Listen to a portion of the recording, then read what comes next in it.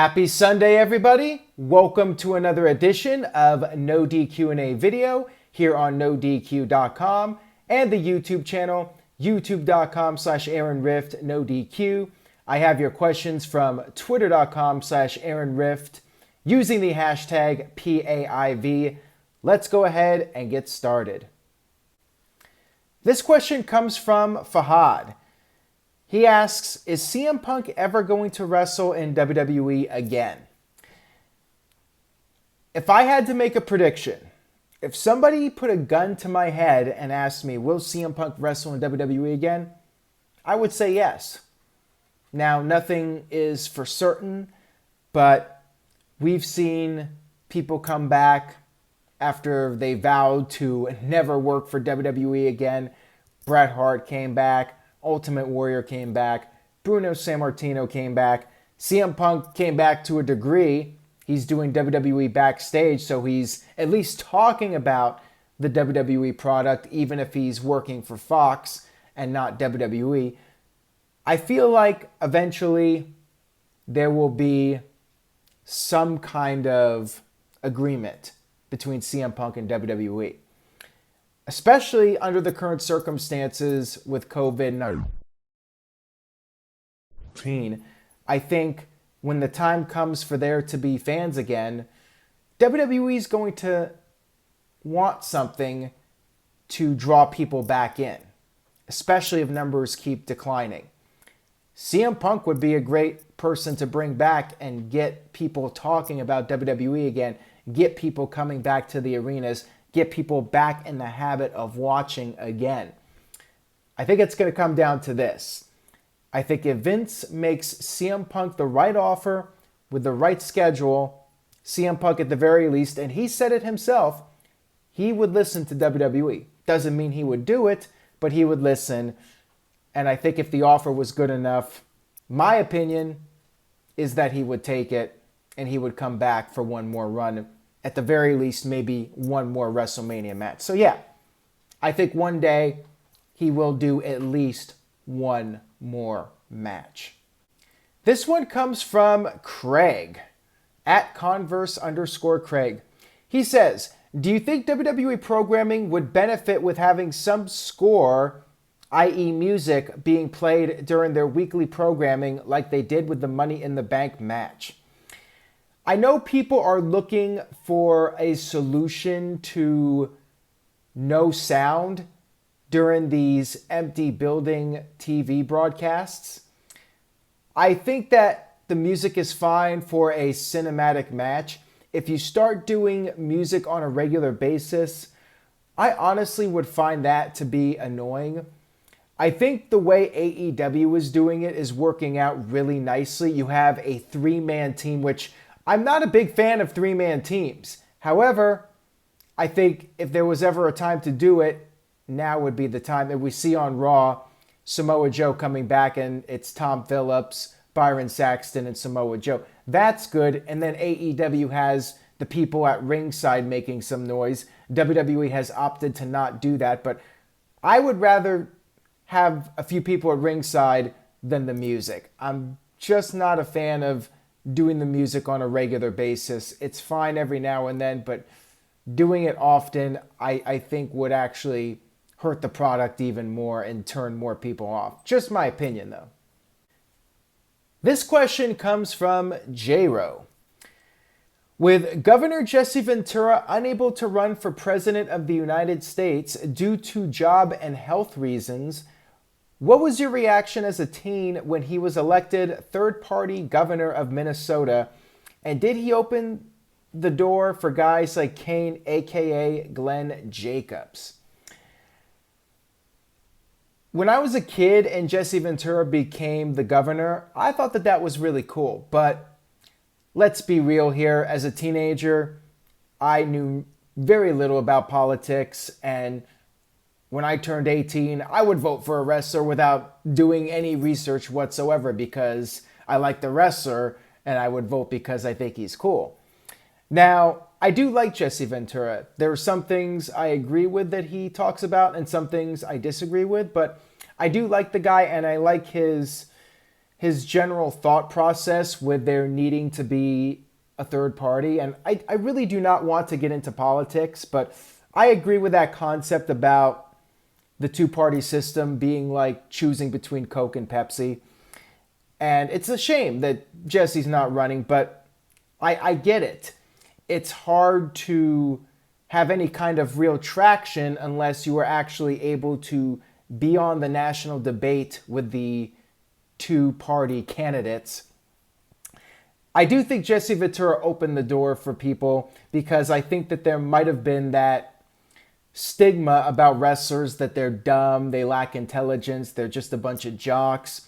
And Jesse Ventura showed that wrestlers are actually quite intelligent people that can make important decisions for the community. Kane is another one of those guys that if you listen to his interviews, the guy is very highly intelligent and he went off and did his own thing, and great for him. You know, he is making a difference in the world, not just in the world of WWE, but outside of WWE in the world of politics. Whether you agree with him or not with his politics, he has made a difference and the guy has done very well for himself.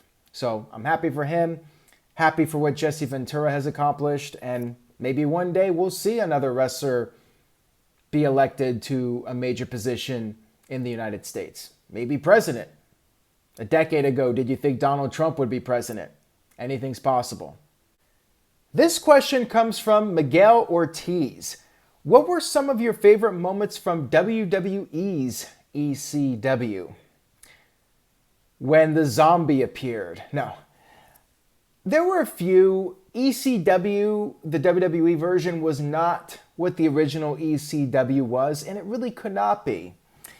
ECW, I think, was trying to be what eventually became NXT, but the brand was still holding on to that ECW legacy from the 1990s. Once the name was changed to NXT, that's when the brand really began to move in a positive direction.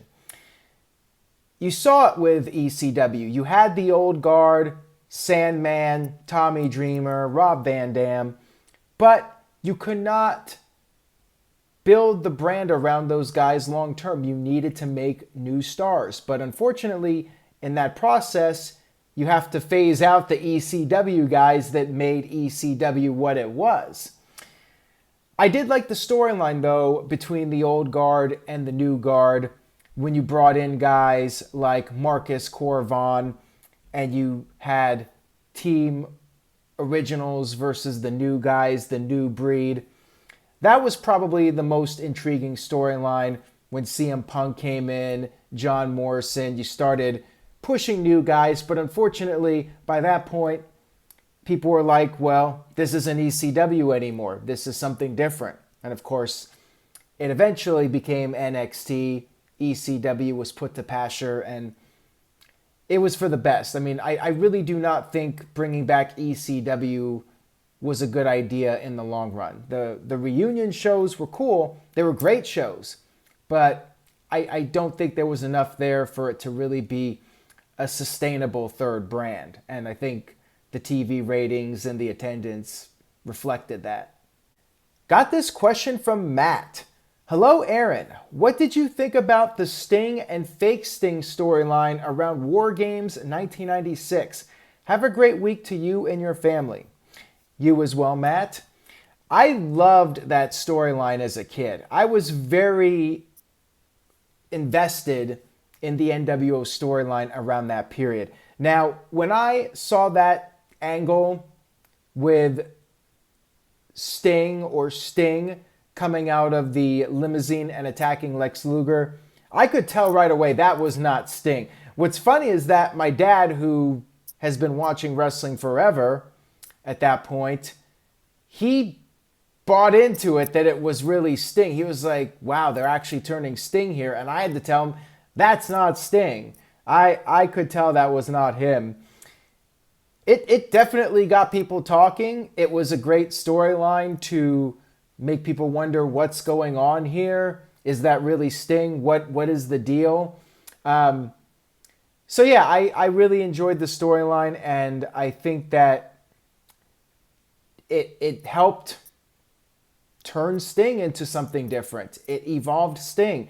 That is what ultimately led to Sting leaving the colored face paint behind and going dark, putting on the white face paint, hanging out in the rafters. It all started with that limousine angle. So yeah, I loved it. Very well done by WCW, and that was arguably the peak of WCW from a creative standpoint. They were putting out some really compelling television around that time. This question comes from The Only Crush. Hey Aaron, what do you think about the idea of Zelina Vega and Angel Garza turning their backs on Andrade? Do you think that he would do well as a babyface? I think he would do well. He's got some charisma and personality. Unfortunately, he's not the best talker. And as a babyface, he would most likely be on his own unless he gets a babyface mouthpiece. Now, other guys have done okay as babyfaces when they're not good talkers. But I think part of what works for Andrade is Zelina. I think that they have chemistry together as a duo. And I think she's done very well speaking for him and helping get that character over with the audience. It's a mixed bag for me. I do think that if somebody's going to turn, Andrade is the better choice. I think Garza would work better as a heel going up against the babyface Andrade. So if it does happen, I do feel that that's the right way to go. That'll wrap it up for this edition of NoDQ&A video. I hope you all have a great week. Stay tuned to NoDQ.com and the YouTube channel for the very latest. Keep sending me questions over at Aaron Rift on Twitter. Use the hashtag PAIV so I actually see your question, because my timeline gets filled up very quickly and I could just click on the hashtag and get easy access to your questions. Send them in, spread the word, tell a friend, and I will see you guys next time.